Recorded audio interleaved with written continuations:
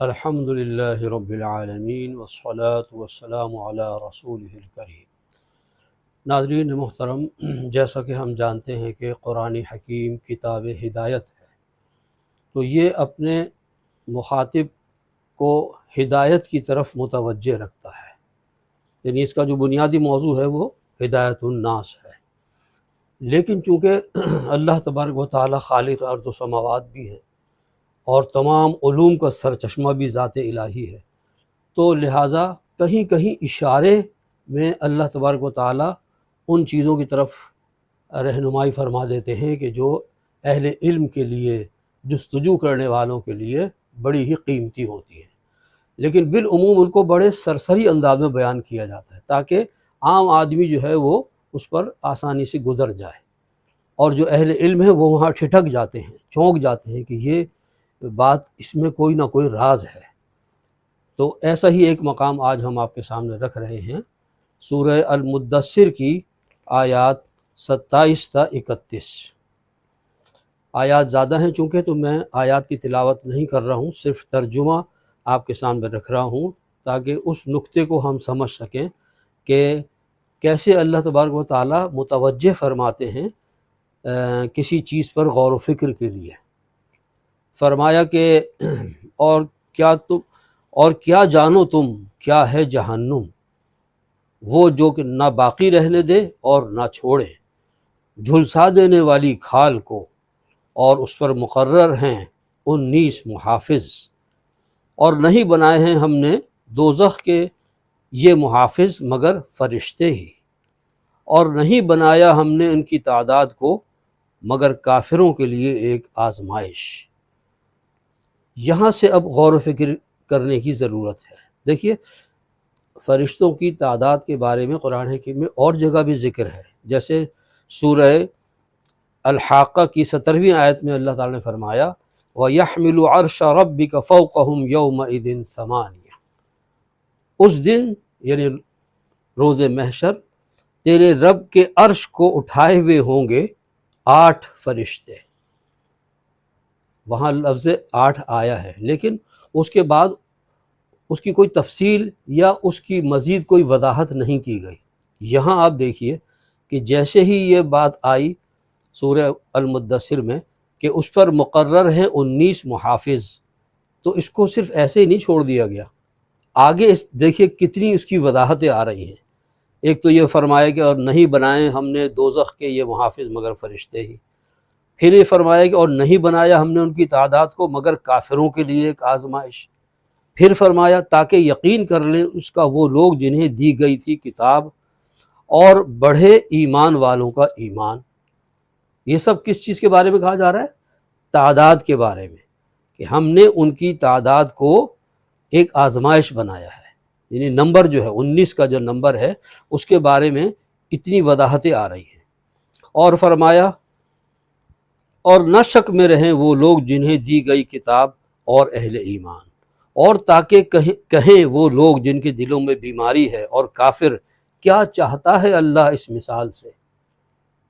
تو کہنے کا مطلب یہ ہے کہ اس 19 کی عدد سے سرسری نہیں گزرا گیا، بلکہ اس کے ساتھ کچھ جملے ایسے ایڈ کر دیے گئے کہ جس سے اشارہ نکل رہا ہے کہ یہاں کوئی خاص بات ہے، قرآن حکیم کا جو حفاظتی نظام ہے اس کی طرف اشارہ کیا جا رہا ہے، چونکہ جہنم کے فرشتے جو مقرر ہیں اس کے اوپر محافظ، ان کی تعداد 19 بتلائی گئی، تو اس سے اشارہ دے دیا گیا کہ حفاظت کا کوئی تعلق، حفاظتی انتظام کا کوئی تعلق اس لفظ، اس عدد 19 کے اندر پنہاں ہے۔ اب اس پر پھر لوگوں نے ریسرچ شروع کی، جو سوچنے والے ہوتے ہیں نا وہ مطلب پھٹک گئے اس جگہ کہ یہ 19 کے نمبر کے بعد اتنی زیادہ اس کو ایمفیسائز کیوں کیا جا رہا ہے۔ اس سے پھر یہ راز کھلا کہ در حقیقت یہ 19 کا جو لفظ ہے یہ ایک کوڈ ہے، یہ قرآن حکیم کے حروف و کلمات کو میتھمیٹیکل ڈسپلن میں رکھنے کا ایک بہترین جو ہے نا ذریعہ ہے جو اللہ نے اختیار فرمایا ہے۔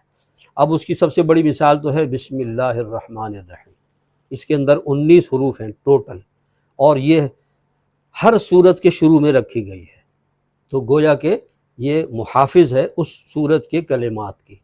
اچھا، پھر جو پہلی وحی نازل ہوئی نبی کریم صلی اللہ علیہ وسلم پر غار حرا میں، سورہ علق کی ابتدائی 5 آیات، وہ بھی 19 الفاظ پر مشتمل ہیں۔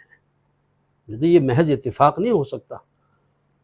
اور اگر پوری سورہ علق کے حروف کو گنا جائے تو وہ بنتے ہیں 304، یہ بھی 19 کا ملٹیپل ہے، یعنی 19 سے اگر آپ تقسیم کریں تو پورا تقسیم ہو جائے گا۔ تو گویا کہ 19 کا عدد ایک کوڈ کے طور پر، ایک حفاظتی انتظام کے طور پر ہمیں جگہ جگہ نظر آ رہا ہے۔ پھر آگے چلیے، سورہ علق جو ہے یعنی مکمل سورت جو ہے، اس کا جو نمبر ہے وہ ہے 96، ٹھیک ہے۔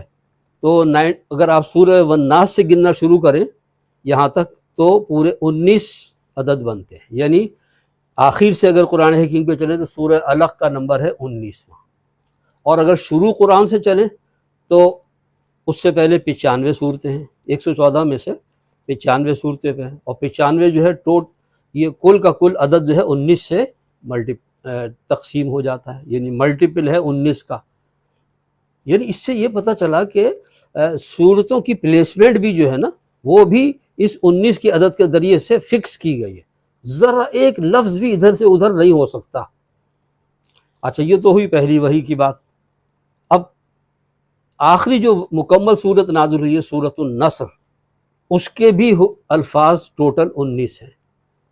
یہ محض اتفاق نہیں ہے، یہ جو اللہ نے اشارہ دیا تھا کہ جو جہنم کے داروغہ ہیں، جہنم کے اوپر جو مقرر ہیں محافظ، وہ 19 ہیں، تو حفاظت کا کوئی تعلق 19 کے ساتھ ہے جو اس قرآن حکیم کے اندر بھی کار فرما ہے۔